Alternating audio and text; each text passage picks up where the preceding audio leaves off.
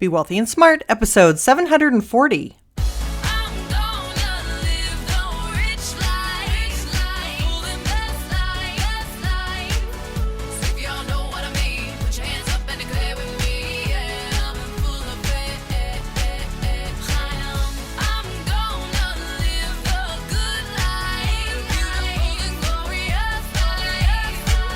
Step into a world of wealth and financial freedom without budgets, boredom, or bosses on Be Wealthy and Smart.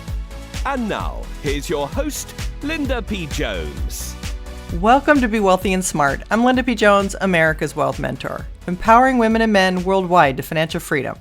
On today's show, we're going to talk about America's biggest coronavirus financial regret, because there was a survey done with very interesting results on exactly what people regret not having done before the coronavirus. So I will share that with you in just a minute, but before that, I have some really exciting news to announce. And that is my book, You're Already a Wealth Heiress, Now Think and Act Like One, 6 Practical Steps to Make It a Reality Now, was just released in audiobook format. I know that many of you have been asking for an audiobook format. You'd rather listen to your books rather than have to read a physical book. And so now it's available on Amazon. So you can go to You're Already a Wealth Heiress page on Amazon, and you will find that audiobook is one of your choices now. And while I know you like the audiobook version, I'm still going to recommend that you get the physical book version, because here's why. So many people say that they refer back to the book over and over and over, that they highlight it, that they fold pages to mark them and come back to them. I know you're going to want to use it as a reference piece, so I still recommend that people have a physical book. So I'm still going to recommend that people have a physical book. But nonetheless, whichever way you want to get the information, it's valuable information for you to have, especially now, especially with what we're going through in the economy, and especially for people who are making long-term decisions about their future wealth and financial freedom. So I just wanted to say thank you, and I wanted to announce it and celebrate with you because I'm pretty excited. It's the first time I've had an audiobook. My publisher said my book was selling so well that they contracted with an audiobook company to have that done. So I'm very excited that it's out there, and that now whatever format you want it in, whether you want it on a Kindle, whether you want it in audiobook, or whether you want a physical book, you have all 3 choices. All right, so let's talk about Americans' biggest regrets. This was actually a survey done by Bankrate, and I like sharing surveys with you because it really takes the temperature of what people are thinking and feeling, and it might give you some peace of mind if you've been feeling that way too, or it might give you confidence if you've been going in a different direction and making more success in another way. I'll share an article with you that was written by James Royal, and this is from the bankrate.com website. And it says, the coronavirus pandemic has hit Americans hard, and a new Bankrate survey says Americans' top financial regret is not having enough emergency savings to withstand the crisis. The survey shows that of Americans with financial regrets, the biggest financial regret is a lack of emergency savings, which was noted by 23% of respondents. But when it comes to their biggest financial priority going forward, Americans are focused on paying down debt, 22%, followed by saving more for emergencies, 17%. At first blush, the regret about lack of emergency savings and the prioritization of debt repayment may seem at odds with each other, but not so, says Greg McBride, CFA, Bankrate Chief Financial Analyst. Consumers can actually make meaningful progress on both fronts at the same time by setting up a direct deposit from their paycheck into a dedicated savings account and earmarking more discretionary dollars toward debt repayment. Bankrate surveyed 1,343 American adults about their financial regrets as they relate to the coronavirus. Below are the main findings from the survey. And here are the 3 key takeaways that will be summarized here and explained a little more below. So, key takeaways: America's biggest financial regret about the coronavirus pandemic is lacking emergency savings, with 23% citing this reason. Number 2, Americans' top financial priority for the future is paying down debt, with 22% naming this goal. And number 3, not enough emergency savings was the top regret for every income group, but not every age group. And it goes on to say, Americans said that their largest financial regret about the coronavirus pandemic was not having enough emergency savings, with 23% of Americans targeting this regret.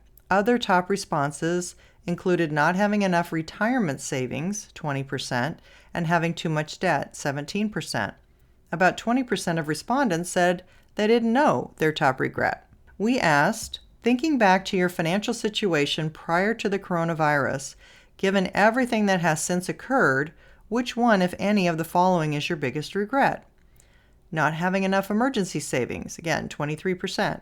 Not enough retirement savings, 20%. Too much debt, 17%. Lack of income stability, 14%. Living beyond my means, 7%. And none of these, 20% responded that none of those were the case. Goes on to say, as a May Bankrate survey showed, more than 1 in 4 Americans have taken or anticipate taking money from their retirement accounts to make it through the coronavirus crisis. While Americans cited not enough emergency savings as their top regret, their top financial priority once the U.S. starts to recover from financial hardship doesn't exactly match up. Instead, Americans are more focused on paying down debt, with 22% of respondents mentioning this goal. Many Americans seem unprepared, and about 17% said they didn't know what their top priority was.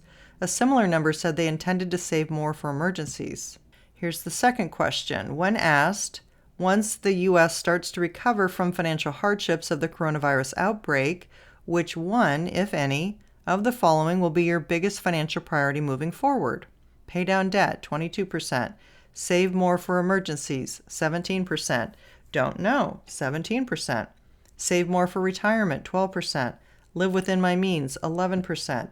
Some other financial priority, 11%. And find more stable income, 10%. Among respondents who cited a financial priority, paying down debt was the top priority among millennials, 20%, Generation X, 24%, and boomers, 25%. Generation Z cited finding more stable income, 22%, as their top priority, while the silent generation said some other financial priority was the biggest deal for them, 21%. Broken out by income group, paying down debt was cited most often as the financial priority among those who expressed a priority. 27% among households earning $30,000 to $49,000 said paying down debt was their biggest financial priority. That was also true for 28% of households earning between $50,000 and $79,000, and for 21% of households earning $80,000 and more. Among households earning less than $30,000, the top priority was saving more for emergencies at 21%, though a further 22% said they didn't know what their priority was. Bankrate's survey also asked Americans to rate their level of regret about their financial status, which includes emergency savings, retirement savings, debt, income stability, and living beyond their means since the coronavirus started. Americans evoked similar levels of regretfulness about saving for emergencies and for retirement. Emergency savings, 16% of Americans were very regretful, and 22% were somewhat regretful. For retirement savings, 16% were very regretful, and 23% were somewhat regretful. So there you go, almost identical for emergency savings regret and retirement savings regret. Basically 40% have regret that they didn't have more emergency or retirement savings. And the regretfulness associated with the remaining 3 categories was notably less. Number 1, amount of debt. The very regretful were 13% and somewhat regretful were 18%. Second, income stability. 11% were very regretful and 18% were somewhat regretful. And living beyond your means, very regretful 9% and somewhat regretful 18%. Of those who expressed regret, not enough emergency savings was the top regret for every income group, below 30,000, 30 to 49,000, 50 to 79,000, and more than 80,000. By age group, not enough emergency savings was the top financial regret for millennials, 24%, and Gen X, 25%. In contrast, not enough retirement savings was the top regret for boomers and the silent generation. Lower income was associated with a higher tendency to list income stability as the top financial regret, with households earning less than $30,000 per year being the highest at 18.6%. Then it goes on to say how Americans can protect themselves. Whether it's emergency savings or retirement savings, Americans regret not saving more, with about 43% of respondents noting one or the other. The results from this survey echo those from a recent Bankrate survey showing that Americans are behind in their retirement savings. One of the best steps to take is to automate savings, whether it's retirement or emergency savings. By doing so, workers can avoid the temptation to not save. For retirement savings, such as a 401k, it's easy to have the money pulled directly from your paycheck and invested. If you're already saving there, you can easily increase how much is pulled from your pay. But you can also set up your IRA to deposit money from your bank account automatically. For emergency savings, you can set up the same kind of automatic transfer. Have your bank transfer money from your account on a regular basis, for example, whenever your paycheck hits the account. Second, you'll also want to take advantage of a high-yield savings account. While it can be convenient to keep your money with one bank, that approach may be costing you. And with the ease of moving money from one bank to another, it's simple to have an online bank account that offers you a higher level of interest, but you'll need to shop around for the best rates. End of article. So, one of the things that's so hard is because interest rates are so very low that even though they're talking about this, quote, high yield savings account, I mean, come on, 2% is not a high yield savings account. And the difference, is going to be $20 to $50 a year. I already did a podcast about that. So it's really not about finding a higher yielding savings account. That's a bunch of hooey. What really could get you to some higher earnings would be doing dollar cost averaging into either an ETF or a mutual fund. And while we have these very volatile times, the younger you are, that actually works in your favor because you have more time to compound and more time to let it grow. And the more volatile it is, well, you're buying more shares when the market goes down, so that's a good thing. And then you have time on your side to really let it grow. When older people do this and they're close to retirement, it's a bit more tricky because the volatility doesn't always have the time to go back up and to get a positive return. So if you're on a short threshold until retirement, I don't know that that strategy will work for you. You might just have to use a plain old savings account to save your money in. But definitely if you're 40 or younger, I would say you could dollar cost average into a mutual fund as an additional way to save. And you'd be buying shares every month into, say, the S&P 500. And that would allow you to, over time, let your money accumulate and grow. And that would be superior to putting it in a 1% or 2% savings account. Now, you still need some emergency savings cash, I understand. But I'm just saying, to get a little bit bigger emergency savings account, if you're under 40, consider dollar cost averaging into either a mutual fund or an ETF. And a local brokerage firm can usually set that up for you, or sometimes you can go direct to the mutual fund or the investment company, such as Vanguard. The other thing I would say for people that are feeling like they wish they had more emergency funds set aside is that nowadays it's much easier than ever to liquidate some items in case you need some money. So think about either putting some things on Craigslist and liquidating them in a sort of a garage sale situation, or putting them online, either on an eBay account, or if you have clothing, there are women's clothing sites that you can sell your clothes online, such as Poshmark.com. That's Poshmark. And if you have nice, recognizable labels in good condition, consider selling it on Poshmark. This would be designer clothing or shoes or handbags. And this is a way that you can liquidate some items, create some quick cash, and in lieu of having an emergency savings account, this can often work as an alternate plan. So if you're one of the people that in this survey regretted not having enough emergency savings, think about these different ways that you can liquidate things and what you might have around the house that you're just not using anymore, that you definitely could get rid of. And that can help create the emergency savings that you really desire. And as we are getting another round of coronavirus and states and businesses seem to be shutting down again, I hope you're all doing well and really working on staying positive during this time. I know it was really hard for all of us before, and this is going to be frustrating as well, even though it's for our own good and to help our health. But I know people are at different anger levels, different levels of frustration, and you have different things going on in your life. So everyone's going to be responding to this differently. And I just hope that some of the podcasts that I've done on mindset can really help you through this.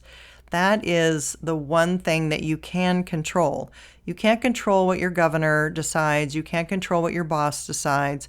You can control what you choose to think, how you choose to respond to it, and what your mindset is. And staying in a positive place is really important during this time. So I hope that you take advantage of some of the mindset podcasts that I have to help you through this if you're having a difficult time. And my heart goes out to everyone. So some good news is we are having our summer giveaway. I'm giving away 25 prizes. You have the opportunity to win 10 of my Wealth Heiress books, voted one of the best all-time wealth books by bookauthority.org. There's an opportunity for 10 people to win my Wealthy Mindset Blueprint audio sets valued at $197. And 5 people will have one-on-one wealth mentoring sessions with me. To enter, all you have to do is leave a podcast review on iTunes, or if you have an Android, please leave it on Stitcher.com, which is STITCHER.com, and you will be entered into the drawing one time. And if you've read the Wealth Heiress book and you leave a review on Amazon, your name will be entered into the drawing 2 times. Winners will be announced on August 30th.